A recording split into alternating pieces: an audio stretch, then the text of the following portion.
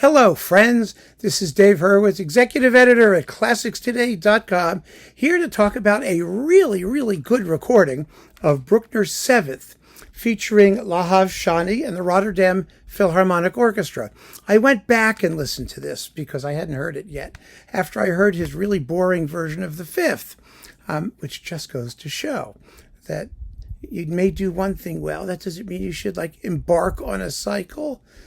Stick with what you do really well, because he does this really well. The Seventh is a tough piece to balance, as you know, because it has a big, long first movement that's technically like allegro moderato, but it's really kind of a slow movement.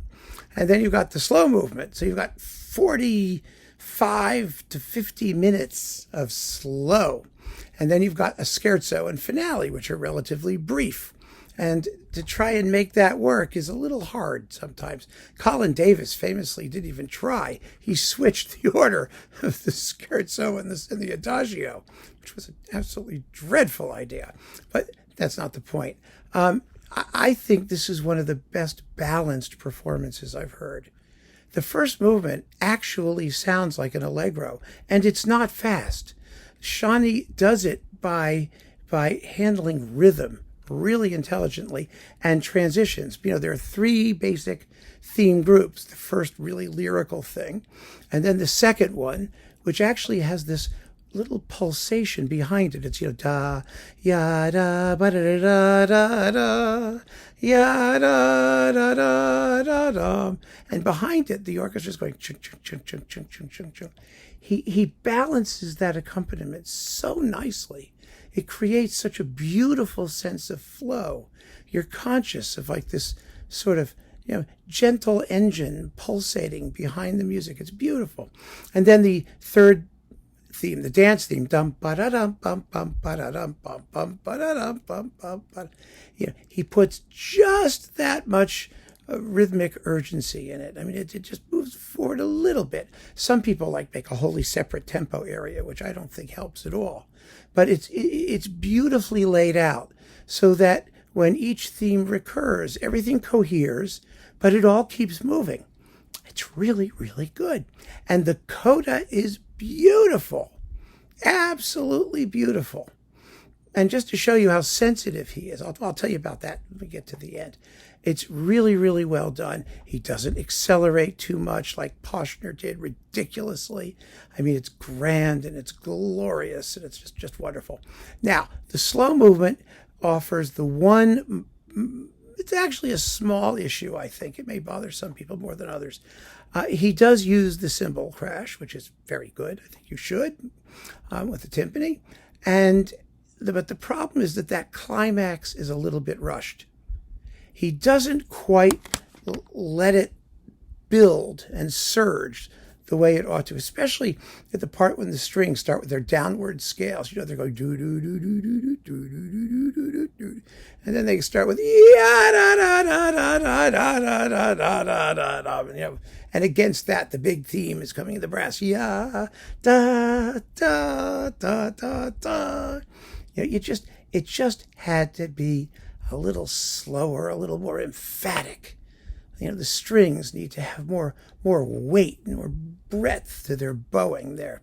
But it's exciting and it's certainly loud. And so, that was the only issue I had actually with the whole performance.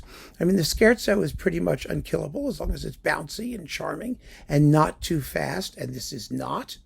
It's da-da-dum, bum, ba-da-dum, dum. Again, the rhythm is what's there.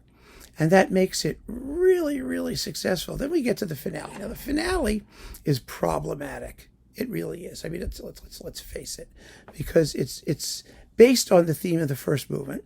Everything is speeded up. It has one of the few attempts by Bruckner to be humorous. Dum bum ba dum ba da. Like dancing elephants or whatever, hippopotami or whatever they are. And then it ends. And the ending is not as successful, as grand, not as impressive as the ending of the first movement. Well, Shani addresses that.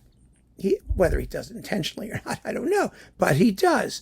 The end of the first movement a lot of people like to hang on to that last chord to make this gorgeous organ-like sonata.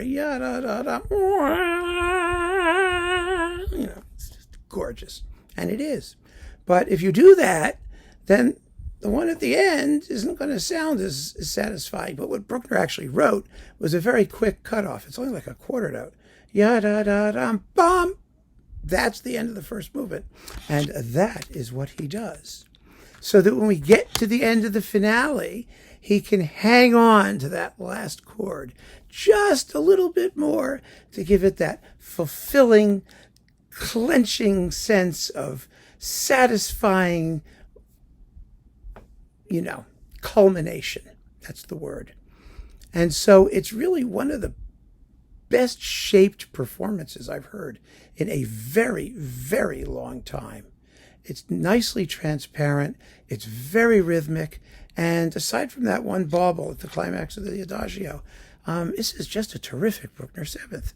It really is. And I was very happy because, that Bruckner 5 was dreary, and his Scottish Symphony, which I just heard, was like good, but not great.